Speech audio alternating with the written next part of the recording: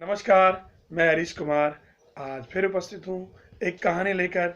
ये कहानी है एक ऐसी बेटी की, एक ऐसी बालिका की जो छोटे स्कूल से बड़े स्कूल में जाती है और वहाँ उसे बड़ी परेशानियों का सामना करना पड़ता है।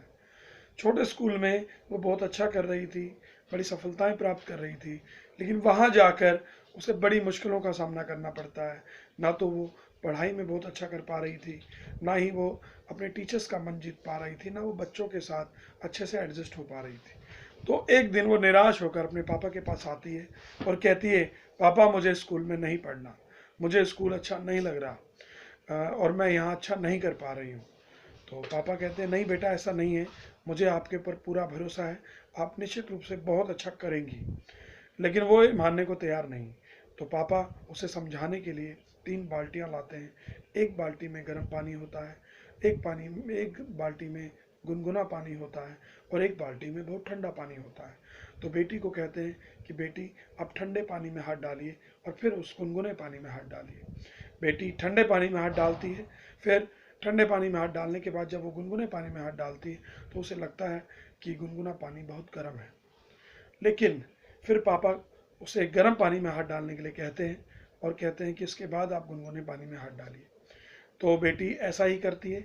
गर्म पानी में हाथ डालने के बाद जब वो गुनगुने पानी में हाथ डालती है तो गुनगुना पानी भी ठंडा लगने लगता है। निश्चित रूप से पापा की बात उसे पूरी तरह समझ नहीं आती है। तो पूछती है, पापा आप मुझे क्या समझाना चाह रहे हैं? तो वो कहते हैं कि अभी आपने ठंडे पानी में जब हाथ डाला और तो आपको गुनगुना पानी भी गर्म लगने लगा, लेकिन जब आपने गर्म पानी में हाथ डाला तो आपको वो गुनगुना पानी भी ठंडा लगने लगा।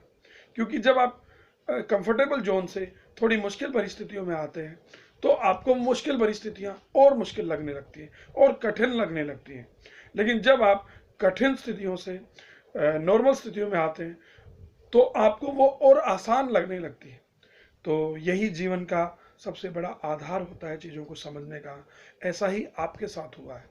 तो आप कंफर्टेबल जोन से, आरामदायक स्थितियों से जब कठिन स्थितियों में आई हैं, बड़े स्कूल में आई हैं, तो निश्चित रूप से थोड़ी सी परेशानी आपको होंगी, लेकिन आप इन परेशानियों को जरूर ओवरकम करोगी और आगे बढ़ोगी, ऐसा मेरा विश्वास है।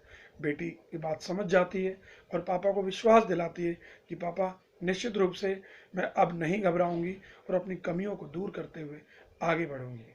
जी हाँ, कहानी बहुत छोटी है लेकिन सीख बहुत बड़ी है। हमें हमेशा कंफर्टेबल जोन से अपने आप को बाहर रखना है और मुश्किल परिस्थितियों का सामना करके उन मुश्किलों को हमेशा आसान बनाने की कोशिश करनी है। और वो ऐसा होगा भी। जैसे जैसे हमारी मानसिक स्थितियाँ प्रबल होती जाएंगी, निश्चित रूप से हमारा मनोबल बढ़ता जाएगा और हम आगे बढ़ते जाएंगे, हम परेशानियों को भी हल करते जाएंगे। जी हाँ, धन्यवाद। जल्दी ही अगली कहानी के साथ मैं फिर मिलता हूँ। इतना कहकर मैं वाणी को विराम देता हूँ। आशा है आपको मेरी ये कहानी समझ में आई होगी, अच्छी लगी होगी। आपकी प्रतिक्रियाएं मेरा संबल है।